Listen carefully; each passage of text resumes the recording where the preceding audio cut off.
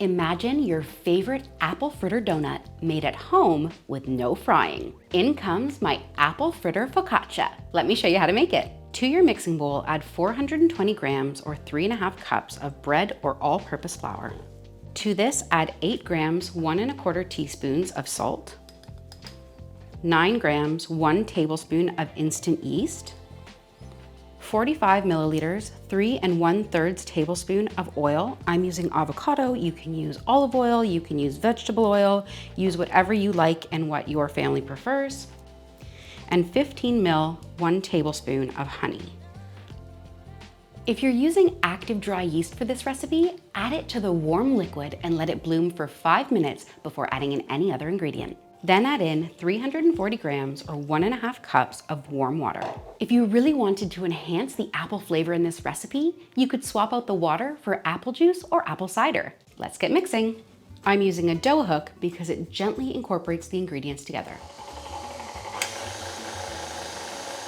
You can mix this by hand. Just be sure to continue kneading until you have the same consistency as my dough. I'm going to give the sides of the bowl a scrape to make sure all of the ingredients get mixed in. Once all of the ingredients have come together, you'll want to let this knead for about 5 minutes on medium or medium-low speed. This helps to start forming the gluten. Once your dough looks cohesive and it's staying together as it mixes, that's when it's ready to put into our pan. It's holding together really nicely.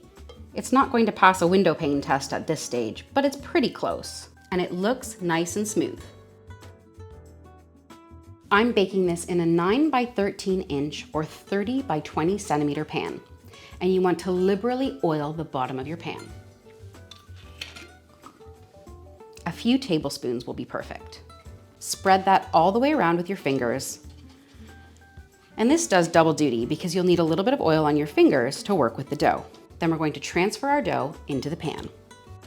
Now with your oiled hands, gently start to spread the dough out into the pan. It doesn't have to be perfect at this point. The yeast is going to do a lot of the work for us in spreading it. We're going to cover this up and let it prove for 90 minutes. I'm showing you how to make this using my 3-hour focaccia recipe. That way, you can eat it on the same day that you make it. But if you have a favorite focaccia recipe that you like to use, you can swap it out for that instead. You'll need 3 small apples for this recipe. Whatever variety you like will be perfect. Peel and chop your apples into 1 centimeter pieces. That's about 0.2 inches. I used to love watching my nonna peel apples when I was a kid. She could manage to get the entire peel off with a knife in one piece. Pop your apples into a pan. Because the apples will cook at a slower rate than the focaccia, we're going to soften them before we add them to the mixture. To the apples, add 15 grams or 1 tablespoon of lemon juice and 60 milliliters, 1/4 cup of water. Then set your heat to medium. Once the pan comes up to temperature, you'll want to let these cook for about 5 to 10 minutes or until they start to soften. We don't want to make applesauce. Give your apples a stir every now and again so that the heat is evenly distributed throughout. Once your liquid has evaporated, your apples should be soft enough, but if they're getting too soft before all the liquid's evaporated, just drain some of it off. And we're going to pop this in a little bowl. And just set that aside for now. I'm going to give the pan a little wipe out. Doesn't have to be perfect, but just so nothing burns. And to the pan, I'm going to add 115 grams or 1/2 cup of salted butter. Back onto medium heat, we're going to let this start to melt. I'm looking to get a light browning on this, but if you don't want to brown your butter, just melt it in the microwave. I'm just giving the edges a little scrape to make sure those milk solids stay in the butter because that's what makes it brown. Once it's foaming up like this, it usually means your butter is pretty much ready. You can see as I swirl it and the bubbles move, it's quite brown underneath. So we're going to take it off the heat.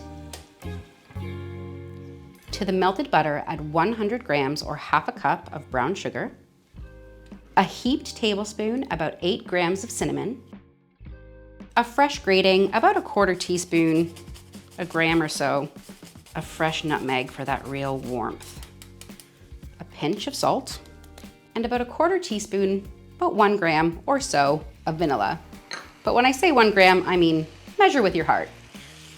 And let's give that a stir. When it's all combined, transfer to a bowl and give it a stir to make sure everything is mixed together. Now add 2 tablespoons of your cinnamon butter mixture to your apples and give that a good stir to coat them all.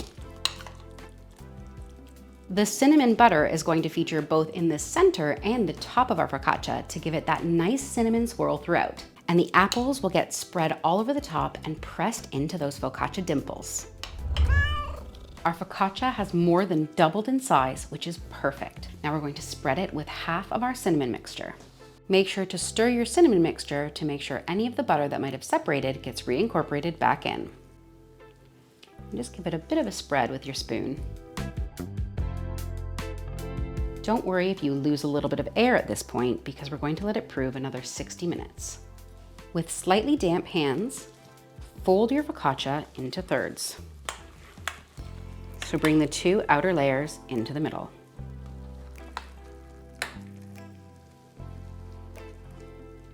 Then spin your dough around so that it fits better in the pan. Give it a gentle spread, and we're going to cover that back up and let it prove for another 60 minutes. After 60 minutes, our dough has risen again. Preheat your oven to 220 degrees Celsius or 425 degrees Fahrenheit. It's time to spread the rest of that cinnamon butter sauce on the top. If yours is hardened slightly, pop it in the microwave for about 15 seconds just to loosen it up. And then straight over the top, we're going in with our apples. Just evenly spread them out all over the dough.